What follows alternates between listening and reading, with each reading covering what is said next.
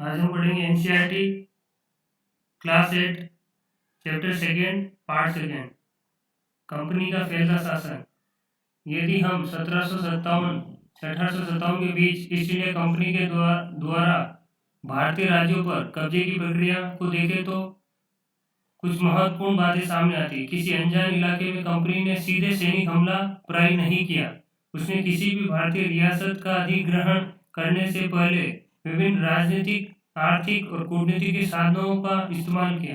बक्सर की लड़ाई 1764 के बाद कंपनी ने भारतीय रियासतों में रेजिडेंट तैनात कर दिए। ये कंपनी के राजनीतिक और व्यावसायिक प्रतिनिधि होते थे। रेजिडेंट कौन होते थे? रेजिडेंट कंपनी के राजनीतिक और व्यावसायिक प्रतिनिधि होते थे। उनका काम कंपनी के हितों की रक्षा करना और उन्हें आगे बढ़ाना था। रेजिडेंट के माध्यम से कंपनी के अधिकारी भारतीय राज्यों के भीतर मामलों में भी दखल देने लगे थे। अगला राजा कौन होगा, किस पद पर किसको बैठाया जाएगा, इस तरह की चीजें भी कंपनी के अफसर ही तय करते थे। कई बार कंपनियों ने रियासतों पर सहायक संधि भी थोपी। जो रियासत इस बंदोबस्त को मान लेती थी उसे अपनी स्वतंत्र सेनाएं रखने का अधिकार नहीं था। मतलब जो रियासत सहायक संधि करती थी वो अपनी सेना नहीं रखती थी, वो उसकी कंपनी उसको सुरक्षा देती थी और उसके बदले कंपनी उसे क्या देती थी? पैसा लेती थी।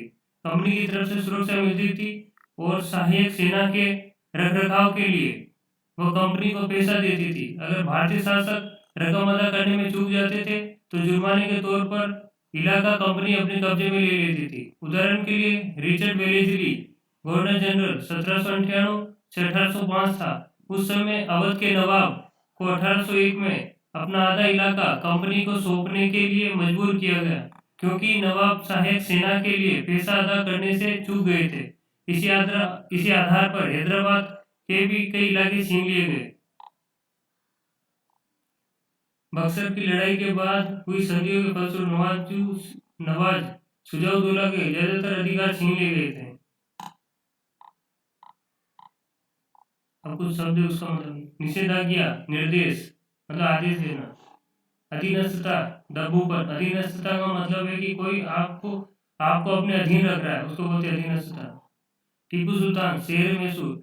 जब कंपनी को अपनी राजनीतिक और आर्थिक हितों पर खतरा दिखाई दिया तो कंपनी ने प्रत्यक्ष सैनिक टकराव का रास्ता भी अपनाया। दक्षिण भारत राज्य मैसूर के उदाहरण से इसमें मैसूर हैदर अली शासन 1761 से 1782, उसके विख्यात पुत्र टीपू सुल्तान शासन 1782 से 1799 जैसे शक्तिशाली शासकों के नेतृत्व में मैसूर काफी ताकतवर हो चुका था। मालाबार तट पर होने वाला व्यापार मैसूर रियासत के नियंत्रण में था, जहां से कंपनी काली मिर्च, इलायची खरीदती थी। 1785 में टीपू सुल्तान ने अपनी रियासतों में पड़ने वाले बंदरगाहों से चंदन की लकड़ी, काली मिर्च और इलायची का निर्यात रोक दिया। मतलब ये यहाँ से मालाबार के रास्ते निर्यात किए जाते थे, तो टीपू सुल्तान ने इनका काली मिर्च, लकड़ी, चंदन सबका व्यापार रोक दिया। सुल्तान ने स्थानीय सौदागरों को भी कंपनी के साथ कारोबार करने से रोक दिया। टीपू सुल्तान ने भारत में रहने वाले फ्रांसीसी व्यापारियों से घनिष्ठ संबंध विकसित किए और उसकी मदद से एक आधुनिक सेना बनाई, लेकिन ये अंग्रेजों को पसंद नहीं था, क्योंकि अंग्रेज टीपू सुल्तान को काफी महत्वाकांक्षी, घमंडी और खतरनाक मानते थे। इसके फलस्वरूप अंग्रेजों और टीपू सुल्तान के बीच मैसूर के बीच में 4 युद्ध हुए। 1767 69, 1780 84, 1790 92 और 1799। मैसूर और ब्रिटिश ईस्ट इंडिया कंपनी के बीच श्रीरंगपट्टनम की आखिरी जंग में कंपनी को सफलता मिली और अपनी राजधानी की रक्षा करते हुए टीपू सुल्तान मारे गए और मैसूर का राजकाज पुराने बेड़िया राजवंश के हाथों में सौंप दिया गया। मैसूर पर भी सहायक संधि थोप दी गई।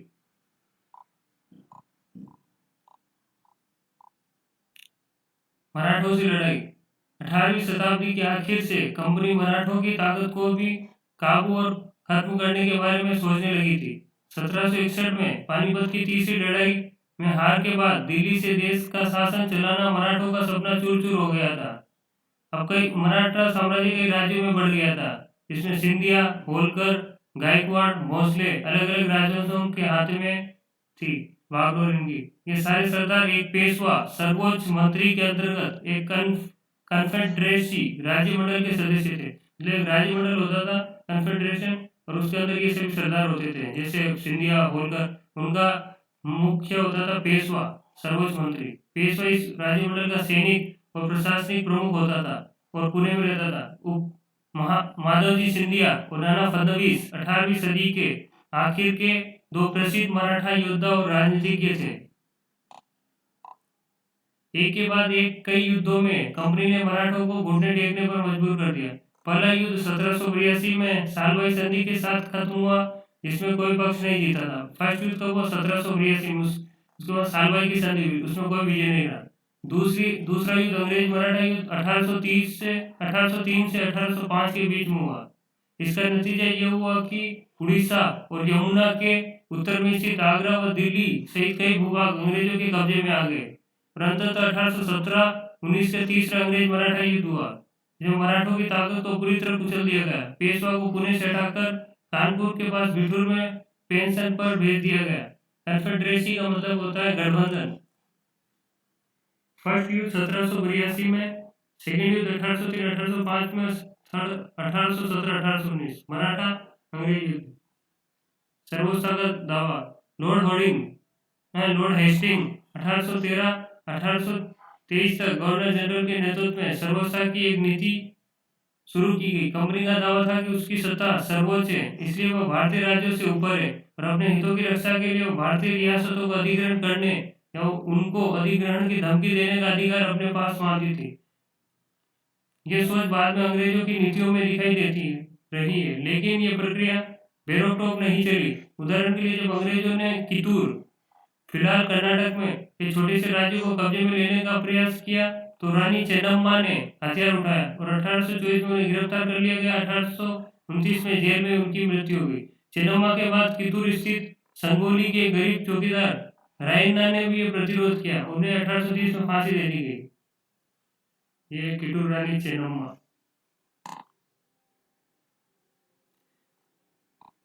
1830 के दशक के अंत में ईस्ट इंडिया कंपनी रूस के प्रभाव से बहुत डरी हुई थी। कंपनी को भय था कि कहीं रूस प्रभाव पूरे एशिया में फैलकर उत्तर पश्चिम से भारत को भी अपनी चपेट में न ले ले। इसी डर के चलते अंग्रेज अब उत्तर पश्चिम भारत पर भी अपना नियंत्रण स्थापित करना चाहते थे। 1838-42 के बीच अफगानिस्तान के साथ एक लंबी लड़ाई लड़ी और वहां अप्रत्यक्ष कंपनी शासन स्थापित कर लिया। 1843 में सिंध भी कब्जे में ले लिया गया। इसके बाद पंजाब की बारी थी। यहाँ महाराजा रणजीत सिंह ने कंपनी की दाल नहीं गलने दी। 1839 में उनकी मृत्यु के बाद इस रियासत के साथ दो लंबी लड़ाइयाँ हुई। आखिरकार 1849 में अंग्रेजों ने पंजाब को भी, जैसे उत्तर पश्चिम में 1838-42 में अफगानिस्तान, 1843 में सिंध और 1849 में पंजाब, ये सब मिला लिया कंपनी ने अपने शासन में।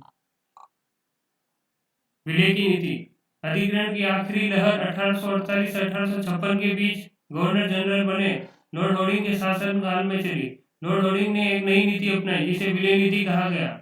यह सिद्धांत इस तर्क पर आधारित था कि अगर किसी शासक की मृत्यु हो जाती है तो उसका कोई पुरुष वारिस नहीं है तो उसकी रियासत हड़प ली जाएगी। मतलब कोई शासक मर गया, अगर उसकी कोई संतान नहीं है, पुरुष वारिस नहीं है, तो उसकी रियासत हड़प ली जाती थी। इस सिद्धांत के आधार पर सतारा 1848, संबलपुर 1850, उदयपुर 1852, नागपुर 1853, झांसी 1854 अंग्रेजों के हाथ में चले गए। आखिरकार 1856 में कंपनी ने अवध को भी अपने नियंत्रण में ले लिया। इस बार अंग्रेजों ने एक नया तर्क दिया कि अवध की जनता नवाब के कुशासन से आजादी चाहती है, वो कर्तव्य से बंधे हुए हैं, इसलिए उन्होंने अवध को अपने कब्जे में ले लिया। अवध के लोगों ने 1857 के महान विद्रोह में शामिल हुए।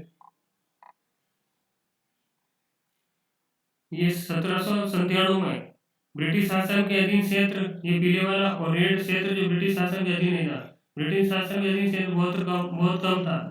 1840 में ये क्षेत्र बढ़ता गया और 1857 में ये क्षेत्र काफी बढ़ चुका था।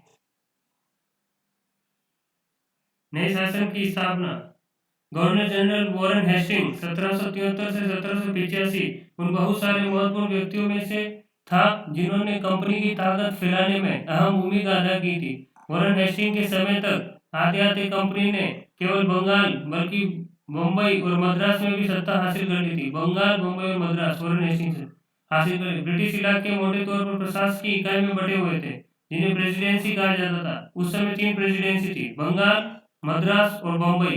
हर एक का शासन गवर्नर चलाता था, मतलब 3 प्रेसिडेंसी, बंगाल, मद्रास, बम्बई। हर का शासन कौन चलाता था? गवर्नर चलाता। उसके ऊपर कौन होता था? इन सबसे ऊपर गवर्नर जनरल होता था। वॉरेन हेस्टिंग ने कई प्रशासकीय सुधार किए। न्याय के क्षेत्र में उसके सुधार खास तौर से उल्लेखनीय थे। काजी का मतलब क्या होता है? एक न्यायाधीश। और मुफ्ती, मुफ्ती होता है वकील के समान, मुस्लिम समुदाय का एक न्यायविद जो कानूनों की व्याख्या करता है। काजी इसी व्याख्या के आधार पर फैसला सुनाता है। महाभियोग, जब इंग्लैंड के हाउस ऑफ कॉमन्स में किसी व्यक्ति के खिलाफ दुराचरण का आरोप लगाया जाता है तो हाउस ऑफ लॉर्ड्स में उस व्यक्ति के खिलाफ मुकदमा चलता है, उसे महाभियोग कहा जाता है। मतलब उसमें भ्रष्टाचार का आरोप लगा तो उसमें मुकदमा चलेगा, उसको महाभियोग कहते हैं। 1772 से एक नई न्याय व्यवस्था स्थापित की गई। इस व्यवस्था में प्रावधान किया गया कि हर जिले में 2 अदालतें होंगी। ये जिला है, इसमें हर में 2 अदालत होगी। एक होगी फौजदारी, दूसरी होगी दीवानी। दीवानी अदालत के मुखिया यूरोपीय जिला कलेक्टर होते हैं। ये दीवानी है तो इसका कौन होगा? जिला कलेक्टर मुखिया होगा, यूरोपीय जिला कलेक्टर। और मौलवी हिंदू पंडित उनके भारतीय कानूनों की व्याख्या करते हैं। कौन करते हैं? मौलवी और हिंदू पंडित। ये जिला है, उसमें दीवानी अदालत है। फौजदारी, दीवानी का मुखिया जिला कलेक्टर। उसमें कौन फैसला करते हैं? हिंदू पंडित और मौलवी। और ये है फौजदारी। फौजदारी अदालत में कौन करते थे? काजी और मुफ्ती। और इसकी निगरानी करता था कलेक्टर। फौजदारी अदालत में कौन फैसला करते? काजी और मुफ्ती। और किसके अंतर्गत निगरानी? कलेक्टर के अंतर्गत।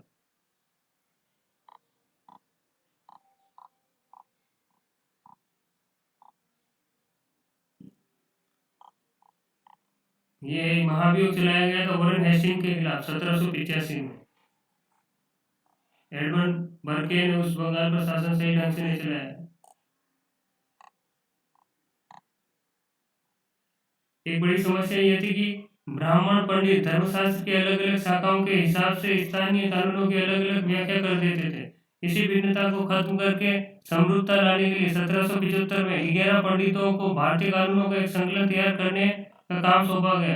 एन बी हॉलहेड ने इस संकलन का अंग्रेजी अनुवाद किया। 1778 तक यूरोपीय न्यायाधीशों के लिए एक मुस्लिम कानूनों की भी एक संहिता तैयार की गई। 1773 के रेगुलेटिंग एक्ट के तहत एक सर्वोच्च न्यायालय की स्थापना की।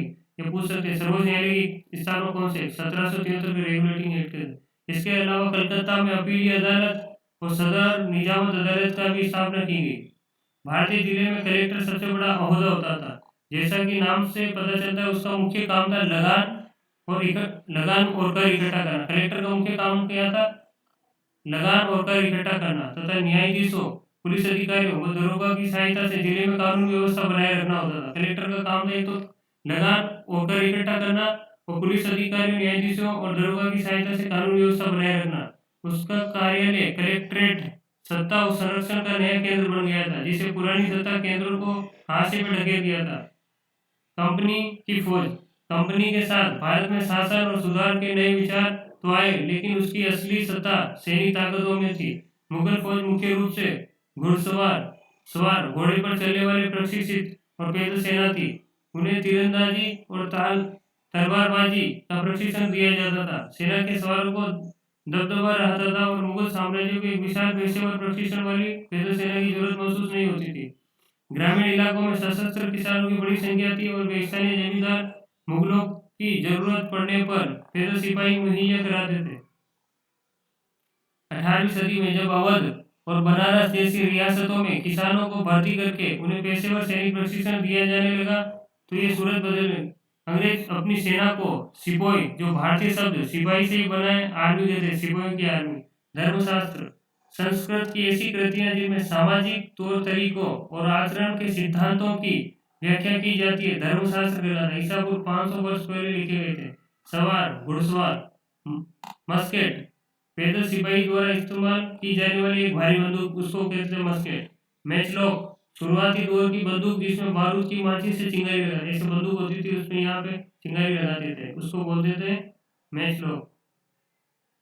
1820 के दशक से जैसे युद्ध तकनीक बदलने लगी, कंपनी के घुड़सवार टुकड़ियों की जरूरत कम होती गई। इसकी वजह यह थी कि ब्रिटिश बर्मा, अफगानिस्तान, मिस्र में भी लड़ रहा था, जहाँ सिपाही मस्केट, ताड़ेदार बंदूक और मैचलॉक से लैस होते थे। सिपाहियों को यूरोपीय ढंग का प्रशिक्षण और अभ्यास और अनुशासन सिखाया जाने लगा था।